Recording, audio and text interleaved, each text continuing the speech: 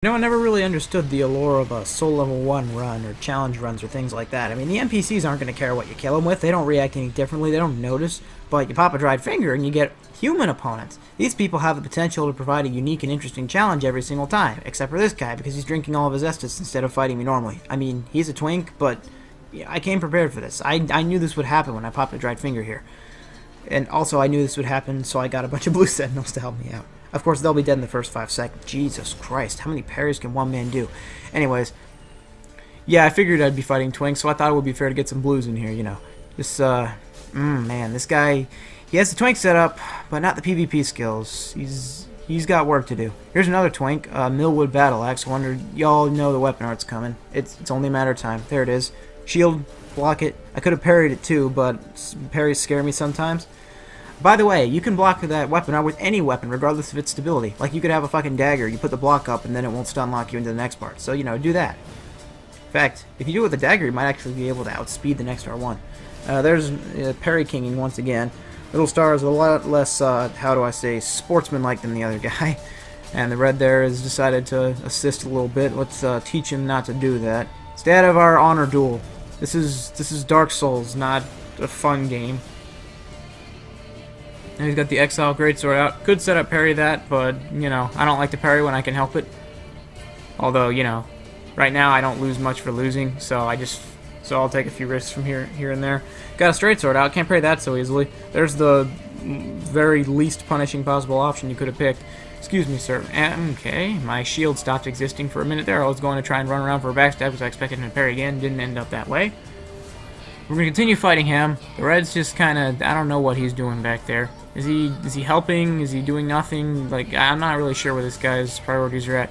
And I figured he would start R1ing immediately after I hit him with that combo, because you'll see a lot of people who are ganking do that. So I tried to see if maybe I could learn the parry timing for that. Then, because, you know, if I can figure out how to do that, I could take out phantoms, like, instantly. There's running R1, my favorite attack on that thing. Don't know why you wanted to do that, now you're way too far away to hit me. You keep throwing the fire bombs, I don't really get it, but whatever. Reds realizes I'm having the shit ganked out of me by multiple Twinks, so he starts helping me out. He's a nice guy, I like him. We can be friends. No backstab because he's on the tree limb, lucky you. Won't happen twice, because I won't ever go for another backstab, unless I do, who knows. Sweet rolls, he mashes R1, I outspace. That will not be the first time I outspace you. I probably could have got the backstab there, but I was scared because of the tree limb. I mean, come on, you know when you got foliage around, all of your strategy just go right out the window. Dark Souls is in a completely different game with this one tree here. Everyone knows that. Little Star begins running to gank the poor red here, who has decided to help me out. What a nice guy. Y'all know what's coming. Parry. Yep, you've all seen that one before. If only I had a Hornet Ring or anything to put on my sword to make it stronger. Red died because he had no Estus. That's what happens when you honor chug. Don't honor chug, just don't use your Estus if you don't want to. Don't make it so obvious to me. I don't really care one way or the other. Probably don't want to have that shield. Okay, so now we know he's one of the types that's going to block and then immediately attack after blocking one hit, which is, you know, a very PvE type of strategy.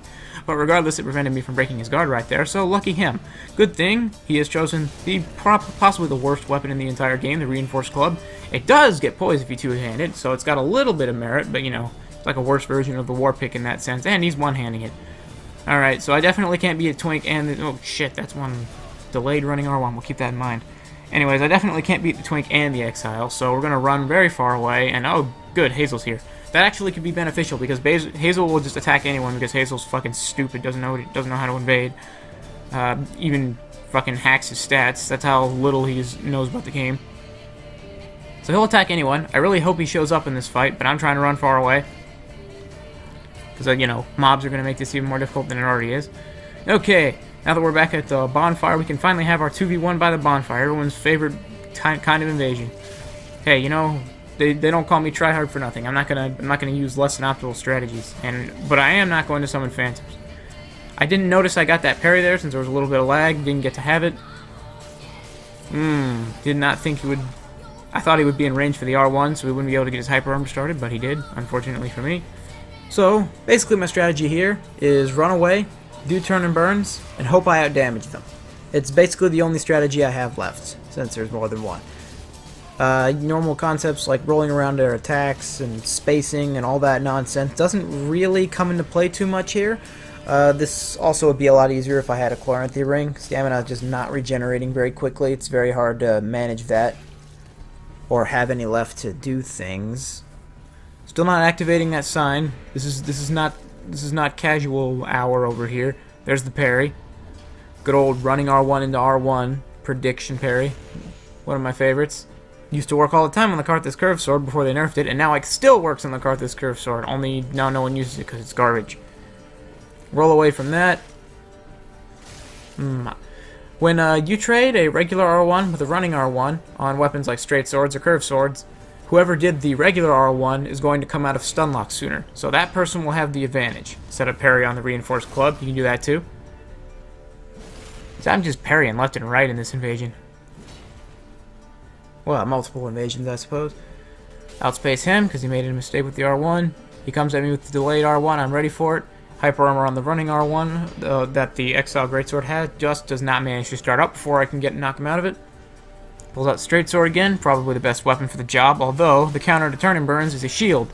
So the other guy knows what he's doing, although he's not really using the shield as much as he should be. Continue mashing R1. You would not believe how often people who are 2v1ing you will just sit there and take it. They just sit there and take the R1s right to the face because they forgot how dodging works because they're so used to fighting with help. Now he's starting to go for third hit parries. Not really reliable, especially not when I'm aiming my R1s in different directions. Those fire bombs because he doesn't know what to do. Just dodge them. No real big deal.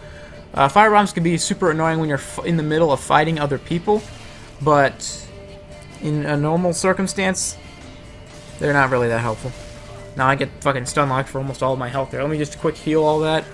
Excuse me. If you could stop knocking my health back down to nothing. I have no Estus left. This is one hell of a situation here.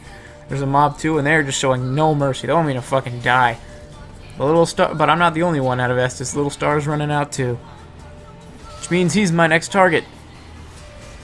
R1, R1, R1, R1 doesn't roll away, gets killed for it. Now I'm about to get 2 more Estus back, which should be plenty to kill this guy off because he has a reinforced club. Again, I go for the R1 into kick combo, and that isn't really a combo. It's not true, but I think it's my favorite way to break someone's guard using the kick. Because if you just do a regular kick, it has less range, and the first R1 will bring you into that range, and it's safer to do that R1 into kick, because if you end up doing a kick and they do an R1, you'll trade a kick with an R1, and that's not good. But trading an R1 with an R1 is just fine. It can even lead to a parry. Alright, mob's dead. Estus is gone. Gotta be as careful as we can here. Finally, he keeps his shield up long enough for me to break his guard down. Another 200 damage or so. Not too much since we're low level and I am not a twink. There's that same setup parry. Hey, gotta learn, man. Gotta recognize patterns. But, you know, he's probably new to PvP. I mean, he is using a reinforced club.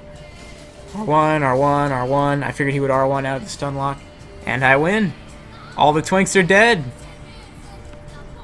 Well, I'll see y'all next time.